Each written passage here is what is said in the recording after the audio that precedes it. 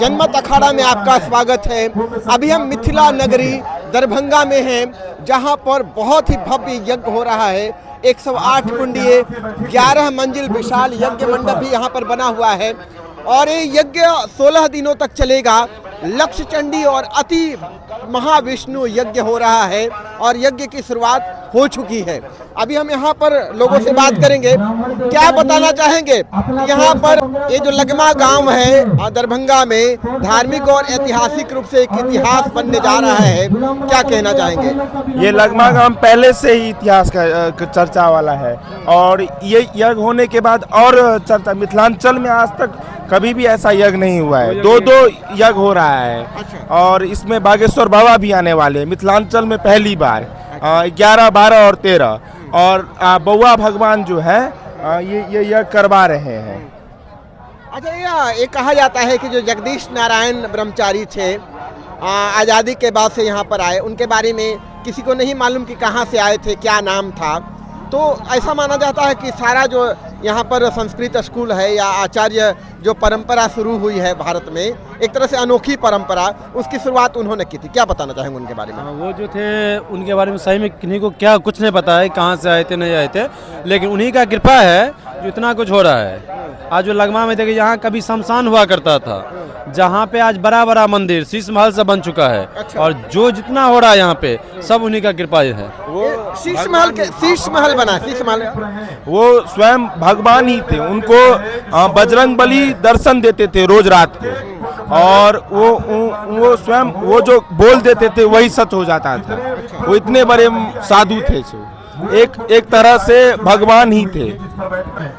तो गुरुकुल की जो परंपरा है आज भी वैसे ही आज इट इज है। यहाँ पे क्या होता है गुरुकुल परंपरा में? यहाँ पे जो विद्यार्थी रहते हैं वो हम लोगों से भिक्षा मांग के स्वयं बनाते हैं, स्वयं खाते हैं। हम उनके बनाए हुए खाना खा सकते हैं पर वो हमारे बनाए हुए हाथ से खाना नहीं खाते हैं। वो मांगते हैं, फिर बना के फिर खाते हैं। दुकान से खरीद के नहीं खाते हैं, दुकान से खरीद के नहीं खाते हैं, भिक्षा मांग के खाते हैं। चाहे उनको मिले नहीं मिले तो भूखे पेट सो जाएंगे। यानी कि गुरुकुल की परंपरा जो भारत में विलुप्त हो चुकी है, उस गुरुकुल की परंपरा को जगदीश नारायण ब्रह्मचारी जी ने पुनर्जीवित किया और एज इट इज बच्चे जो है गुरुकुल में पढ़ने आते हैं और भिक्षा मांग करके गांव से लाते हैं और खुद खाना बनाते हैं, अपने आचार्यों को खिलाते हैं। ये परंपरा आज भी चल रही है और उसी आचार्य के परंपरा में बउआ भगवान अभी वर्तमान में यहाँ के महंत हैं और उन्हीं के नेतृत्व में यज्ञ हो रहा है।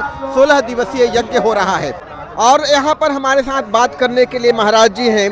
महाराज ये बताइए कि जो 16 दिवसीय यहाँ पर यज्ञ हो रहा है, 16 दिनों तक चलेगा, तो कौन कौन से यज्ञ होंगे, क्या प्रक्रिया होगी, कौन यज्ञ के देवता होंगे, इसके बारे में लोग जानना चाहते हैं। ये यहाँ तीन जो है प्रक्रिया से ये यज्ञ चल रहा है। लक्ष्य चंडी यज्ञ में क्या होता है? लक्ष्य चंडी मतलब लक्ष्य का मतलब होता है लाख, यानी चंडी यानी दुर्गा सप्तशती का 1 लाख पाठ और उसका फिर 1 लाख पाठ का फिर उसका दशांश जो है हवन होता है। उसके बाद उसका दशांश जो है तर्पण होता है, उसका दशांश जो है वो मार्जन होता है। ये लक्ष्य चंडी का प्रारूप है। होता क्या है कि सबसे छोटा प्रारूप होता है नवचंडी। नवचंडी 9 पाठ होता है। उसके बाद होता है शतचंडी जिसमें 100 पाठ होते हैं दुर्गा सप्तशती का। उसके बाद होता है सहस्त्र चंडी। सहस्त्र चंडी में 1000 पाठ होता है। उसके बाद होता है अयुत चंडी। अयुत चंडी में 10,000 पाठ होता है और उसका बड़ा प्रारूप जो होता है वो होता है लक्ष्य चंडी, जिसमें दुर्गा के बृहद रूप में पाठ होता है। बृहद रूप में होता है पाठ। जो अति विष्णु महायज्ञ का क्या मतलब होता है? अति विष्णु महायज्ञ जैसे ये प्रारूप आगे बढ़ता जाता है, जिस तरह लक्ष्य चंडी का यज्ञ कोई भी जो होता है, ये सब जो है वो स्मार्त यज्ञ है। लक्ष्य चंडी स्मार्त यज्ञ होता है और अति विष्णु महायज्ञ जो होगा वो श्रौत यज्ञ होता है। श्रौत मतलब श्रुति, श्रुति मतलब वेद।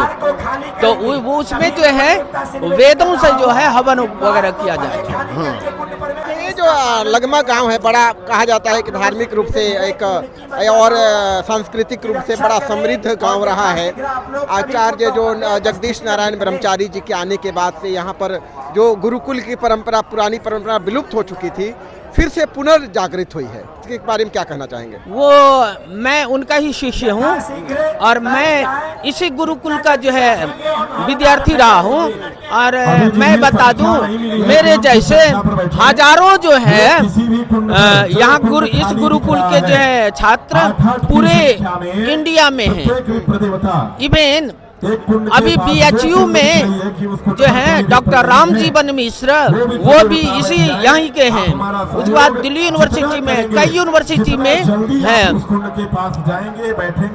वो 1963 में महाराज जी आए थे इसी गांव। इस गांव में किसी बच्चे को कुछ पूछे वैदिक सनातन धर्म के बारे में, जिसका जवाब उचित ढंग से नहीं मिलने के कारण जो है वो वैदिक सनातन धर्म की रक्षा के लिए जो है यहाँ पे इस संस्था को बनाया।